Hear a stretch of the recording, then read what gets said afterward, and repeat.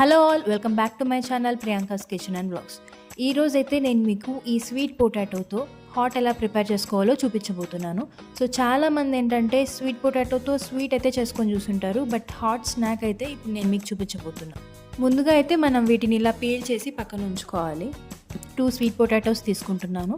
ఇవి మీరు వీలైనంత పెద్దవి తీసుకుంటే మనం వీటిని తొందరగా ప్రిపేర్ చేసుకోవచ్చు, లేదంటే మనకి టైం ఎక్కువ పడుతుంది. సో ఇలా స్లైసెస్గా కట్ చేసుకొని పక్కన ఉంచుకోవాలి. దీనికోసం అయితే మీరు ఇక్కడ కొంచెం ఆయిల్ వేసుకొని కారం, దాంతోపాటు సాల్ట్ అండ్ అలానే పెప్పర్ కూడా కొంచెం వేసుకోవాలి. సో మీ టేస్ట్కి తగ్గట్టు ఇవన్నీ కొంచెం అడ్జస్ట్ చేసుకోండి. సో ఇవన్నీ బాగా మిక్స్ చేసేసుకోవాలి. దీన్ని మ్యారినేట్ చేసుకునే అవసరం ఏం లేదు, సో వెంటనే కూడా కాల్ చేసుకోవచ్చు.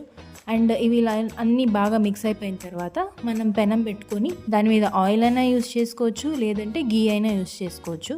సో నేనైతే ఇక్కడ ఆయిలే ప్రిఫర్ చేస్తాను, ఎందుకంటే గీ యూజ్ చేస్తే మనకి కొంచెం చప్పగా అయిపోతుంది అనమాట. అందుకు మనకు ఇక్కడ స్పైసీగా ఉండాలి అనిపిస్తే మాత్రం మీరు కొంచెం ఆయిల్తోనే ప్రిపేర్ చేసుకుంటే బాగుంటుంది. సో ఇది మొత్తం ఇలా స్ప్రెడ్ చేసేసుకొని మనము మూత పెట్టేసుకొని ఒక 5 మినిట్స్ సిమ్లో అలా పెట్టుకోవాలి. సో ఒక సైడ్ కాలిన తర్వాత మీరు కావాలంటే ఇంకొక సైడ్ కూడా ఆయిల్ వేసుకొని కాల్చుకోవచ్చు.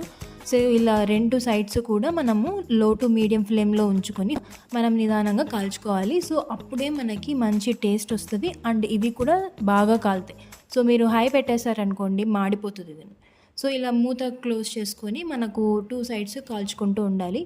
మీకు ఇవి క్రిస్పీగా రావాలి అనుకుంటే స్లైసెస్ అనేవి కొంచెం పల్చగా కట్ చేసుకోండి, లేదు అంటే కొంచెం మందంగా కట్ చేసుకుందాం. ఓకే, అంతే, మనకి ఈ స్వీట్ పొటాటోతో హాట్ రెసిపీ అయితే రెడీ అయిపోయింది.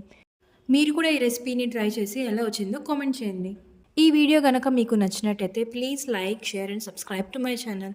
Thanks for watching.